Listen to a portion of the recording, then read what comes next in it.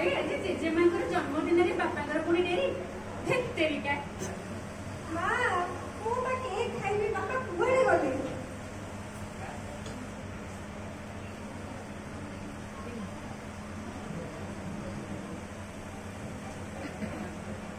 ଆରେ ଆରେ ରାଜୁ, ଏ ମିତା, ଦି ଜଣ ଯାକ ଏଇଠି ସାଙ୍ଗେ ସାଙ୍ଗେ ଥିଲେ କୁଆଡେ ପଳେଇଲି ଦେଖୁଛ? ମୁଁ ଏତେ କାମ କରିବି ପୁଣି ଫୋନକୁ ବି ଉଠେଇବି। ଆରେ ଛୁଆ ମାନେ କୁଆଡେ ଗଲା, ଟିକେ ଫୋନ ଉଠା। ବୁଢୀ ତାକୁ କେତେ ହନ୍ତସନ୍ତ କରୁ। କଣ କହିବି ପିଲାଙ୍କ କଥା। ହ୍ୟାଲୋ, ହଁ ଆରେ ତମେ କୁଆଡେ ଗଲ? କଣ କହୁଛ?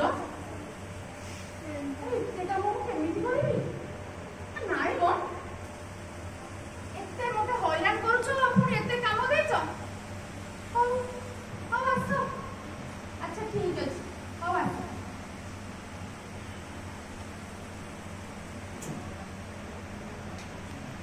ବୋଉ କଣ ଗୋଟେ ବୋଉ ବୋଉ ସବୁବେଳେ କଣ କରିକି ଯାଆନ୍ତି କି? ଶୁଣ, ତମ ପୁଅ ଫୋନ କରିଥିଲେ। କଣ ହେଲା ସେଠି? ତମେ ତ ଖାଲି ସବୁ କଥା ଶୁଣିଥିଲେ, ଏମିତି ହବ ଆଉ ମୁଁ କହିବି କଣ? କହୁନୁ। ଆମ ଘରକୁ ନା ମୁଖ୍ୟମନ୍ତ୍ରୀ ଆସୁଛନ୍ତି। କଣ କରିବି କହିଲ? ତମ ପୁଅ ମାନେ ନ କହିକି ନ ଜଣେଇକି ଏଇଟା କର ସେଇଟା କର, ଏଇଟା ଖାଇବାକୁ କର, ଏମିତି ମତେ ବରାଦ ଦେଇ ଦେଇଛନ୍ତି। ମୁଁ କଣ କରିବି କହିଲ? ଆଲୋ ତୁ କାହିଁ ବ୍ୟସ୍ତ ହଉଛୁ? ଆଲୋ ମୁଖ୍ୟମନ୍ତ୍ରୀ କଣ ଗୋଟେ ମଣିଷ ନା ଆଉ ଗୋଟେ କଣ? ହାତୀଟା ନା ବାଘଟା? ଆଲୋ ସିଏ ତ ଆମରି ଭଳିଆ ମଣିଷଟା। ମାନେ ମୋ ପୁଅକୁ ସବୁବେଳେ ତୁ ଦୋଷ ଦେ, ବୁଝିଲୁ? ତମର ଯୋଉ ଖରାପ କଥା। ଅଭ୍ୟାସ ହେଇଗଲା। ହଉ ହଉ ଠିକ ଅଛି। ହଉ ତମ ମା ପୁଅଙ୍କ କଥା ଥାଉ, ମୁଁ ଯାଉଛି କଣ ଟିକେ କରିଦିଏ। ପୁଅ ଯେମିତି କହିଛି ସେମିତି କରୁନୁ। ତମେ ଯୋଉ ବ୍ୟସ୍ତ ମତେ କରଉଛ ନା।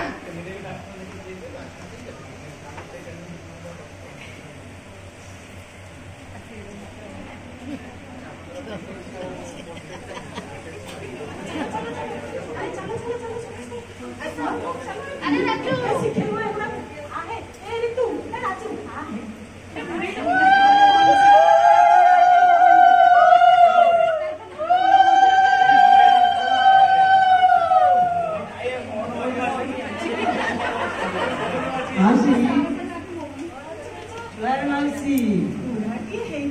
ଚିହ୍ନି ପାରୁଛନ୍ତି ମତେ?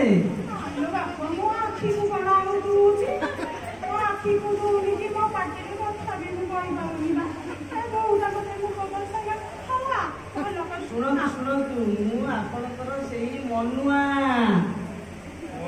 ବୁଝିଲେ? ଛୋଟବେଳେ ଯାହାକି ଘରେ ରଖିଥିଲେ, ଖାଇବାକୁ ଦଉଥିଲେ। ବଡଟାଏ ଖେଳିଗଲୁଣି। ଆଉ ଗୋଟେ କଥା ଶୁଣନ୍ତୁ, ଆପଣଙ୍କ ଆଶୀର୍ବାଦରୁ ମୁଁ ଏ ରାଜ୍ୟର ନୂଆ ମୁଖ୍ୟମନ୍ତ୍ରୀ। ସବୁ ହଉଛି। ଆଜ୍ଞା।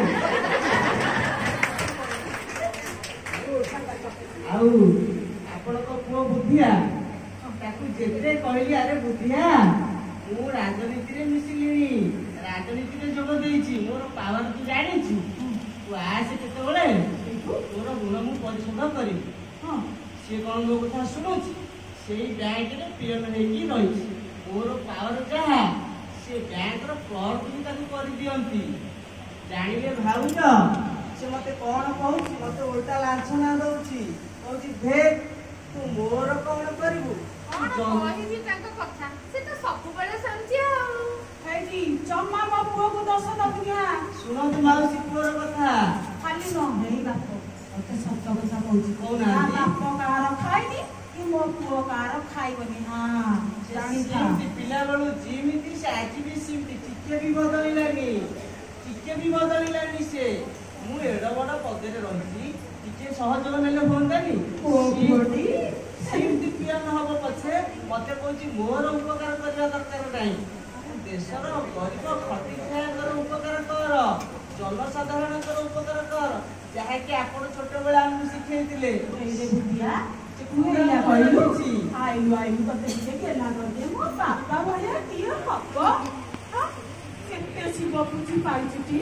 ଜାଣିଲେ ମାଉସୀ, ଆଉ କଣ ଶୁଣନ୍ତୁ, ତାକୁ ମୁଁ ଯେତେ କହିଲି ସେ ମୋ କଥା କେବେ ଶୁଣୁନି। ଆଉ ମତେ ଯୋଉ ମନ୍ତ୍ର ଦେଇଦେଲା, ତୁ ଜନସାଧାରଣଙ୍କର ସେବା କର। ଆପଣ ତ ଜାଣିଛନ୍ତି ମାଉସୀ, ଆମ ଓଡ଼ିଶାର ଜନସାଧାରଣ କିଭଳି ଦୁଃସ୍ଥିତି। ମୁଁ ତ ସେବା କରୁଛି କରୁଛି କରୁଛି।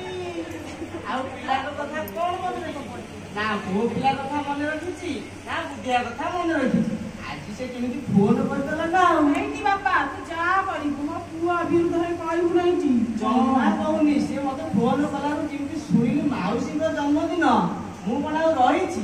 ମୋର ସବୁ ଇମ୍ପୋର୍ଟାଣ୍ଟ କାମ ବନ୍ଦ କରି ପଳେଇ ଆସିଲି ନା ଆଉ। ଏଇଭଳି ଦିନରେ ମୁଁ ଭାବିଲି ଯାଉଛି ମାଉସୀକି ଦେଖି ସେ ଯୋଉ ପୁରୁଣା ଗୁଣ କିଛି ମାତ୍ରାରେ ସୁଝି ତ ପାରିବିନି, ଟିକେ ଦେଖା କରି ମାଉସୀର ମନକୁ ଟିକେ ହାଲକା କରି। ଲୁଣରେ ତା ବୁନ୍ଦି କଣ ଆଣିଛୁ ପିଅବା? ଦରକାର ନାହିଁ ବା, ଦରକାର ନାହିଁ, କିଛି ଦରକାର ନାହିଁ। ନାଇଁ ମାଉସୀ, ଆପଣ ସେମିତି ଆଶୀର୍ବାଦ କରନ୍ତୁ।